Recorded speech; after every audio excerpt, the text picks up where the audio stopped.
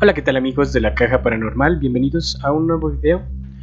En esta ocasión vamos a contar un cuento corto de terror del gran H.P. Lovecraft que se titula El extraño. No siendo más, colócate tus audífonos para una mejor experiencia y nos vemos pronto.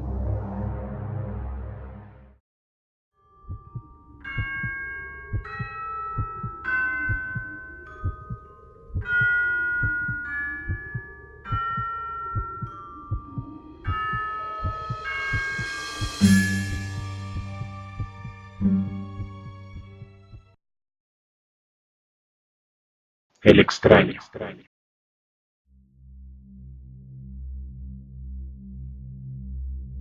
Infeliz es aquel a quien sus recuerdos infantiles solo traen miedo y tristeza.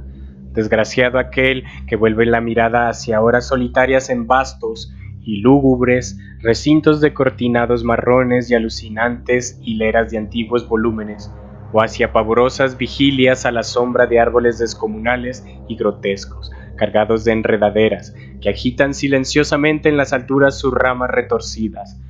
Tal es que los dioses me destinaron, a mí, el aturdido, el frustrado, el estéril, el arruinado. Sin embargo, me siento extrañamente satisfecho y me aferro con desesperación a esos recuerdos marchitos cada vez que mi mente amenaza con ir más allá, hacia el otro. No sé dónde nací, salvo que el castillo era infinitamente horrible, lleno de pasadizos oscuros y con altos cielos rasos donde la mirada solo hallaba telarañas y sombras. Las piedras de los agrietados corredores estaban siempre odiosamente húmedas y por doquier se percibía un olor maldito, como de pilas de cadáveres de generaciones muertas. Jamás había luz, por lo que solía encender velas y quedarme mirándolas fijamente en busca de alivio.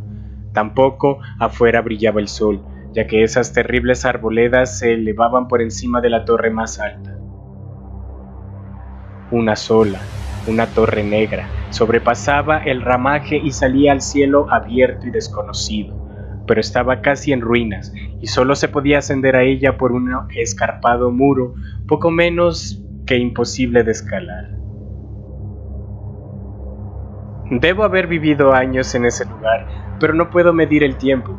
Seres vivos debieron haber atendido a mis necesidades. Sin embargo, no puedo rememorar a persona alguna excepto yo mismo, ni ninguna cosa viviente salvo ratas, murciélagos y arañas, silenciosos todos.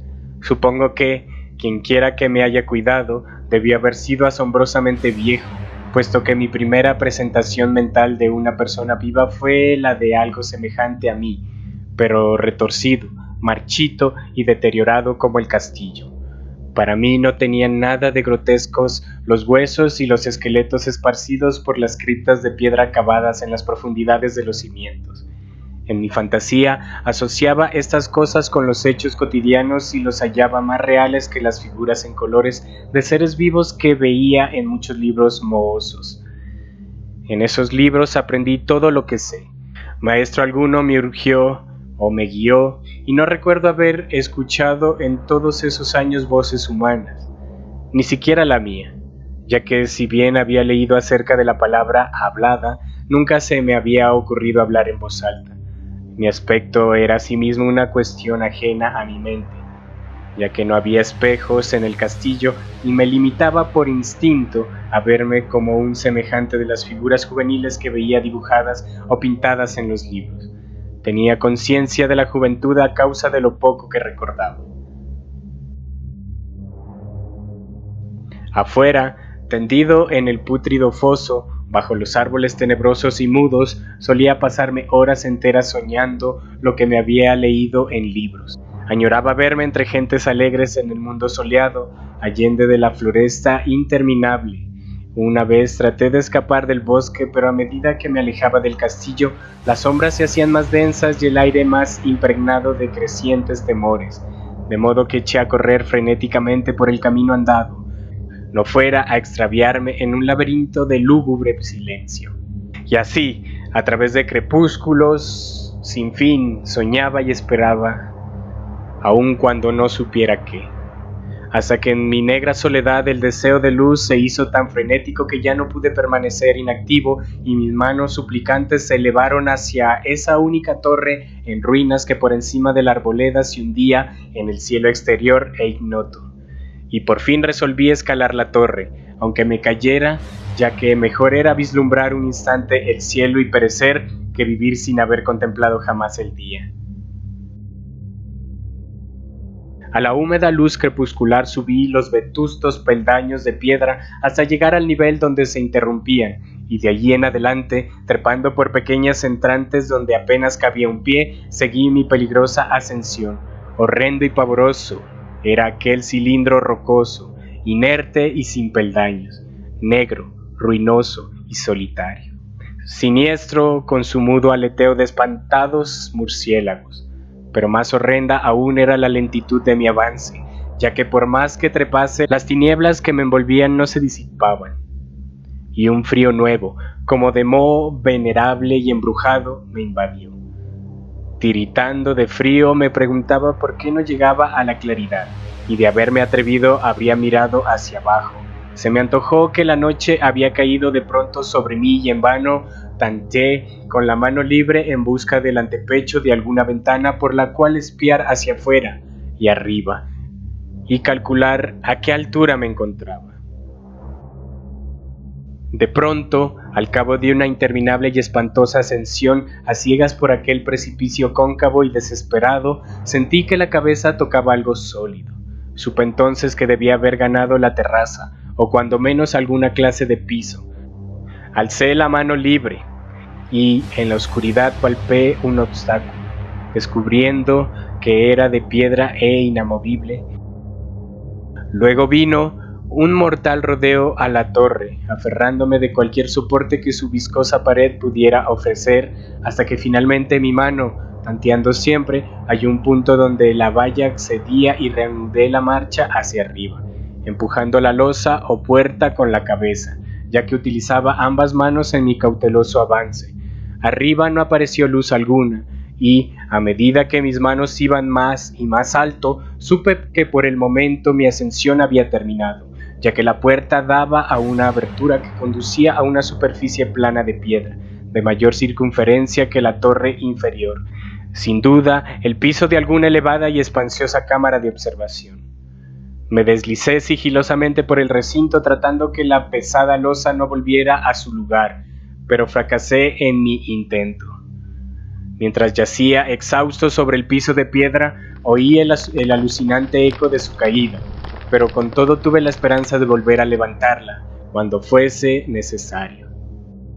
Creyéndome ya a una altura prodigiosa, muy por encima de las obviadas ramas del bosque, me incorporé fatigosamente y tanteé la pared en busca de alguna ventana que me permitiese mirar por vez primera el cielo y esa luz y esas estrellas sobre las que había leído.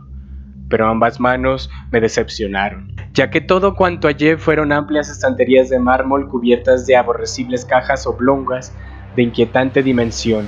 Más reflexionaba y más me preguntaba qué extraños secretos podía albergar aquel alto recinto construido a tan inmensa distancia del castillo subyacente.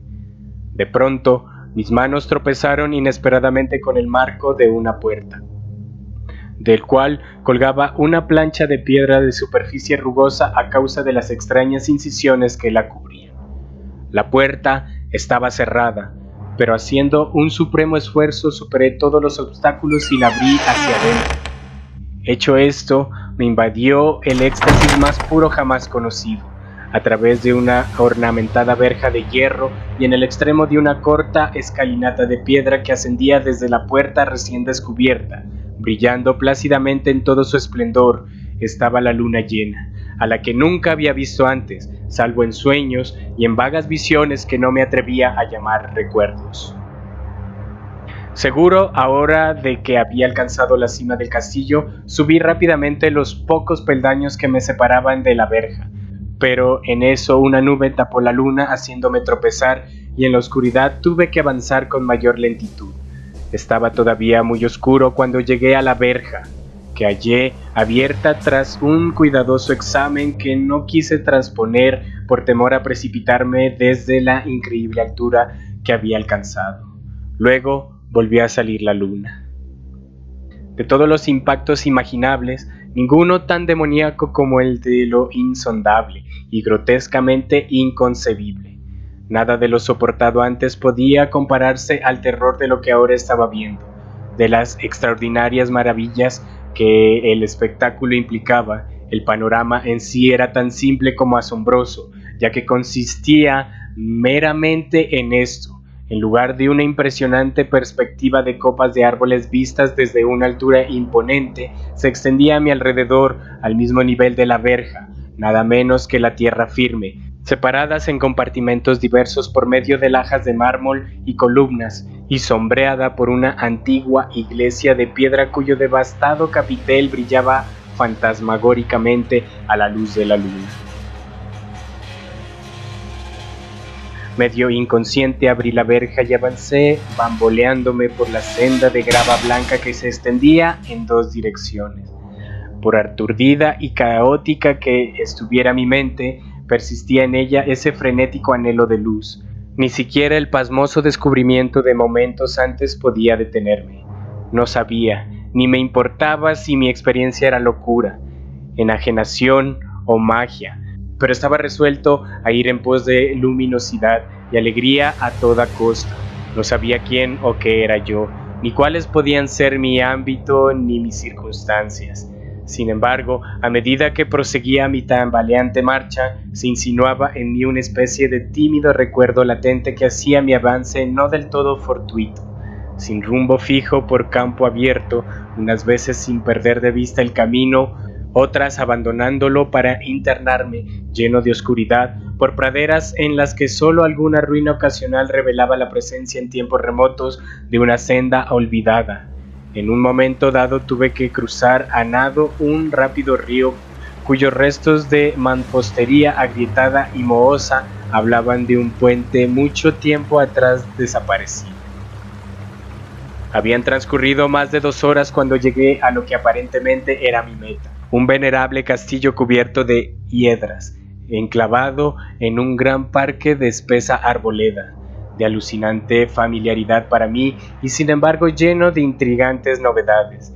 Vi que el foso había sido rellenado y que varias de las torres que yo bien conocía estaban demolidas, al mismo tiempo que se erguían nuevas alas que confundían al espectador. Pero lo que observé con el máximo interés y deleite fueron las ventanas abiertas, inundadas de esplendorosa claridad y que envidiaban al exterior ecos de la más alegre de las francachelas. Adelantándome hacia una de ellas, miré al interior y vi un grupo de personas extrañamente vestidas, que departían entre sí con gran jarana. Como jamás había oído la voz humana, apenas si podía adivinar vagamente lo que decían. Algunas caras tenían expresiones que despertaban en mí remotísimos recuerdos, otras me eran absolutamente ajenas. Salté por la ventana y me introduje en la habitación brillantemente, iluminada a la vez que mi mente saltaba del único instante de esperanza al más negro de los desalientos. La pesadilla no tardó en venir, ya que no bien entré, se produjo una de las más aterradoras reacciones que hubiera podido concebir. No había terminado de cruzar el umbral cuando cundió entre todos los presentes un inesperado y súbito pavor, de horrible intensidad, que distorsionaba los rostros y arrancaba de todas las gargantas los chillidos más espantosos. El desbande fue general y en medio del griterío y del pánico varios sufrieron desmayos, siendo arrastrados por los que huían enloquecidos. Muchos se taparon los ojos con las manos y corrían a ciegas llevándose todo por delante, derribando los muebles y dándose contra las paredes en su desesperado intento de ganar alguna de las numerosas puertas. Solo y aturdido en el brillante recinto, escuchando los ecos cada vez más apagados de aquellos espeluznantes gritos, comencé a temblar pensando que podía ser aquello que me acechaba sin que yo lo viera. A primera vista el lugar parecía vacío, pero cuando me dirigí a una de las alcobas creí detectar una presencia. Un amago de movimiento del otro lado del arco dorado que conducía a otra habitación similar a la primera. A medida que me aproximaba a la arcada comencé a percibir la presencia con más nitidez, y luego con el primero y último sonido que jamás emití, un aullido horrendo que me repugnó casi tanto como su morbosa causa. Contemplé en toda su horrible intensidad el inconcebible, indescriptible, inenarrable monstruo que, por obra de su mera aparición, había convertido una alegre reunión en una horda de delirantes fugitivos. No puedo siquiera decir aproximadamente a qué se parecía, pues era un compuesto de todo lo que es impuro, pavoroso, indeseado, anormal y detestable. Era una fantasmagórica sombra de podredumbre, decrepitud y desolación. La pútrida y viscosa imagen de lo dañino, la atroz desnudez de algo que la tierra misericordiosa debería ocultar por siempre jamás. Dios sabe que no era de este mundo, o al menos había dejado de serlo. Y sin embargo, con enorme horror de mi parte pude ver en sus rasgos carcomidos, con huesos que se entreveían, una repulsiva y lejana reminiscencia de formas humanas, y en sus enmohecidos y destrozadas ropas una indecible cualidad que me estremecía aún más. Estaba casi paralizado, pero no tanto como para no hacer un débil esfuerzo hacia la salvación. Un tropezón hacia atrás que no pudo romper el hechizo en que me tenía apresado el monstruo sin voz y sin nombre. Mis ojos, embrujados por aquellos asqueantes ojos vítreos que los miraba fijamente, se negaban a cerrarse. Si bien el terrible objeto tras el primer impacto se veía ahora más confuso, traté de levantar la mano y disipar la visión, pero estaba tan anonadado que el brazo no respondió por entero a mi voluntad. Sin embargo, el intento fue suficiente como para alterar mi equilibrio y, bamboleándome, di unos pasos hacia adelante para no caer. Al hacerlo, adquirí de pronto la angustiosa noción de la proximidad de la cosa, cuya inmunda respiración tenía casi la impresión de oír. Poco menos que enloquecido, pude no obstante adelantar una mano para detener a la fétida imagen que se acercaba más y más, cuando de pronto mis dedos tocaron la extremidad putrefacta que el monstruo extendía por debajo del arco dorado.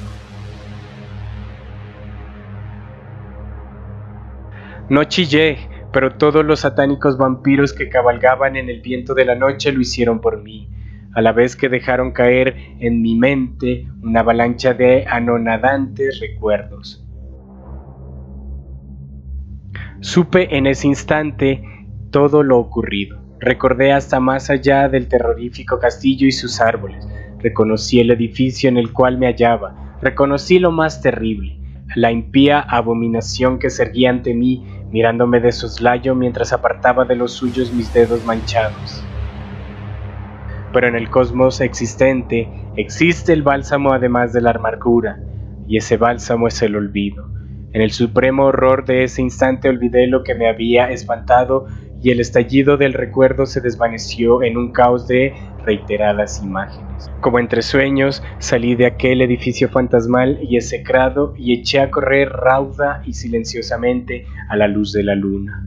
Cuando retorné al mausoleo de mármol y descendí los peldaños, encontré que no podía mover la trampa de piedra, pero no lo lamenté, ya que había llegado a odiar el viejo castillo y sus árboles. Ahora cabalgo junto a los fantasmas, burlones y cordiales, al viento de la noche, y durante el día juego entre las catacumbas de Nefre-Ka, en el recóndito y desconocido valle de Hadod, a orillas del Nilo. Sé que la luz no es para mí, salvo la luz de la luna sobre las tumbas de roca de Neb, como tampoco es para mí la alegría, salvo las innominadas fiestas de Nitocris bajo la gran pirámide. Y sin embargo, en mi nueva y salvaje libertad, agradezco casi la amargura de la alineación. Pues, aunque el olvido me ha dado la calma, no por eso ignoro que soy un extranjero, un extraño a este siglo y a todos los que aún son hombres. Esto es lo que supe desde que extendí mis dedos hacia esa cosa abominable surgida en aquel gran marco dorado, desde que extendí mis dedos y toqué la fría e inexorable superficie del púlido espejo. Si el video te gustó, no olvides darme like. Si quieres escuchar más historias así, suscríbete al canal de La Caja Paranormal. Comparte este video y eso te lo agradecería mucho. Yo soy Luis y esto fue La Caja Paranormal.